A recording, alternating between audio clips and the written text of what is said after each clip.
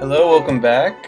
So we're going to jump right in where we said we'd leave off last time, which is the character regeneration. So we're going to go over to where it says recycle. This is normally where we smell our equipment, but we're going to click that second option that says regeneration. So last time we replaced Wenji with another character. Essentially, now that Wenji isn't in use, she's still in our collection of characters with her levels and might and everything like that.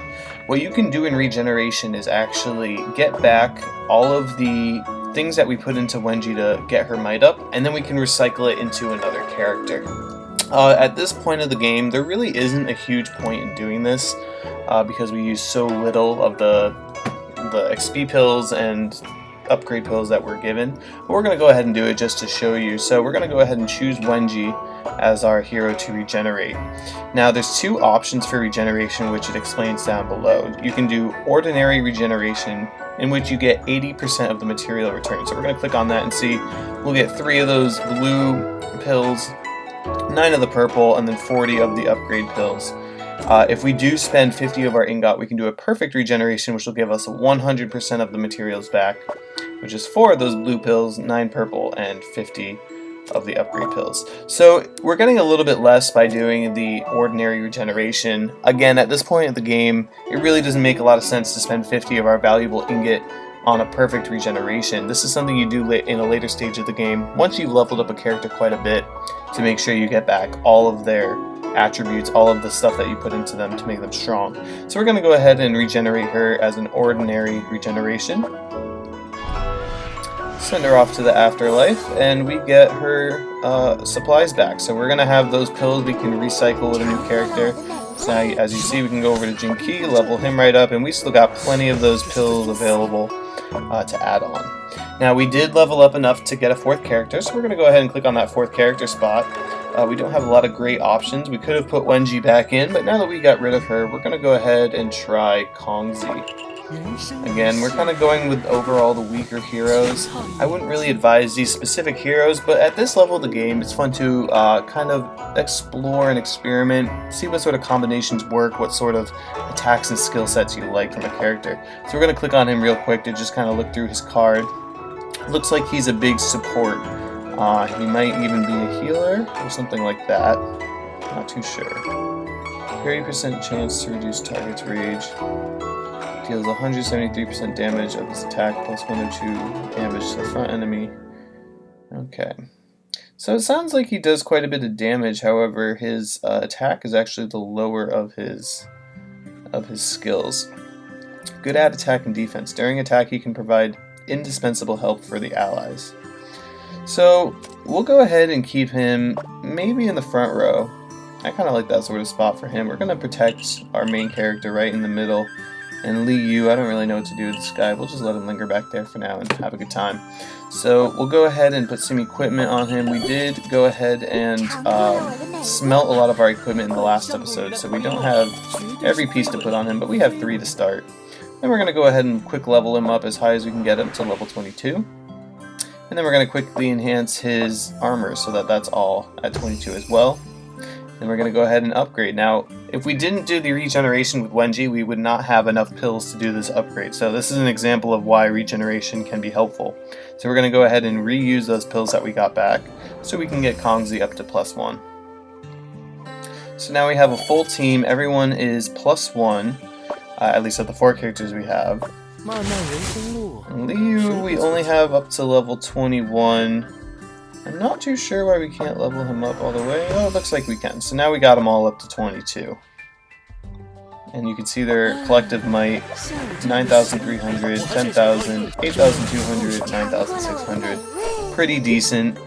So we'll go ahead and do some more battles. Again, we're going to just crush these battles.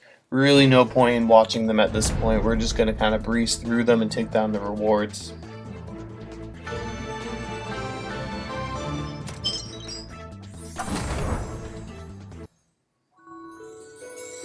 It looks like we just unlocked factions.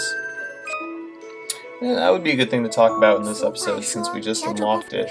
So we're going to go ahead and check out factions. Now, the very first thing you get to pick is whether you want to be on the East faction or a West faction.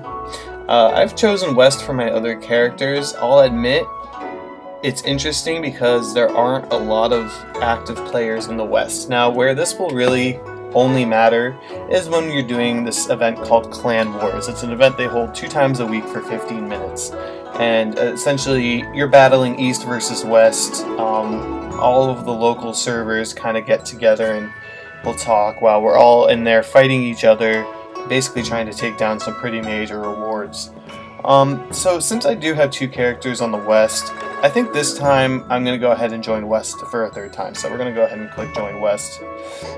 Now you can see all the available factions there are to join. Now this is a little bit overwhelming at first, I'm sure, but we'll talk about it. So they're basically rated as far as the number of members and the number of activeness. So you can see 1, 2, and 3 are all level 4 factions. And they have 65, 64, 63 members collectively. Sounds pretty promising. It sounds like the sort of faction where if we're in there really doing a lot of tasks and doing a lot of work, hopefully the other folks in the faction are doing that as well. So we'll go ahead and pick one of those top 3 if we can. Looks like Bloodline's a good way to go. There's 64 people. If I add myself in, we'll have the same number as the Fairy Trail faction. So I'm going to go ahead and apply for that number 2 faction. Well, it looks like my level doesn't meet the condition, so I'm actually too low of a level right now to do that. Faction is full. Apply to join. Alright, so it looks like we have to settle with the 6th faction on the list, Trees. That's fine by me. For now, we're just going to go ahead and jump right in that faction. Now, you can leave your faction later on. It isn't strongly advised to do it over and over again or for no reason.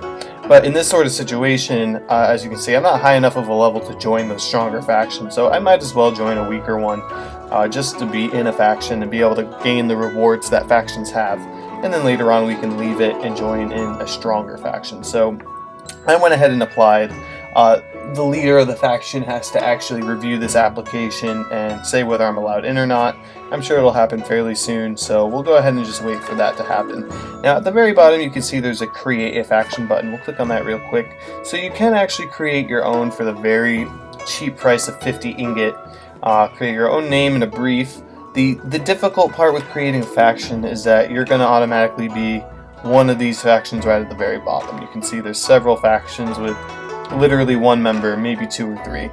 And if that's the case, you're going to find that it's pretty much useless. You're going to be doing all the work in the faction for pretty much no reward. There's this thing called buffs, which is essentially extra might that you get from being very active in factions. And when you're doing it all alone, you won't really get many buffs. It's really not worth it. It's better to be in a faction that is a bigger team where everyone's playing more often, if not daily, and able to take down bigger rewards. So again, you can create your own faction. Just do keep in mind, you do need to really get people on board to join your faction in order for it to flourish. So that being said, we did apply for that number 6 faction with 43 members. We're just going to be waiting on that response. And once we get approved for that faction, we'll go ahead and show you what the inside of the faction tab looks like.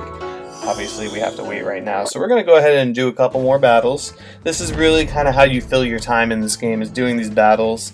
It's one of the main ways of just kind of progressing yourself, moving up stages, moving more forward in the storyline.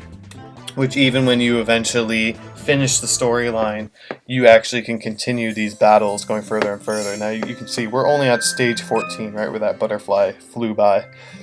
There are thousands and thousands of stages, and each time you defeat a challenged leader, you move up a stage. So again, we're going to keep doing this in our filled time, keep moving up, keep taking down rewards, keep unlocking new things.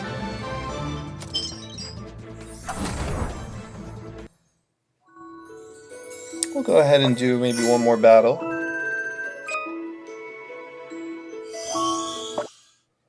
Absolutely crushed once again. We're about 3 times as strong as the people we're fighting.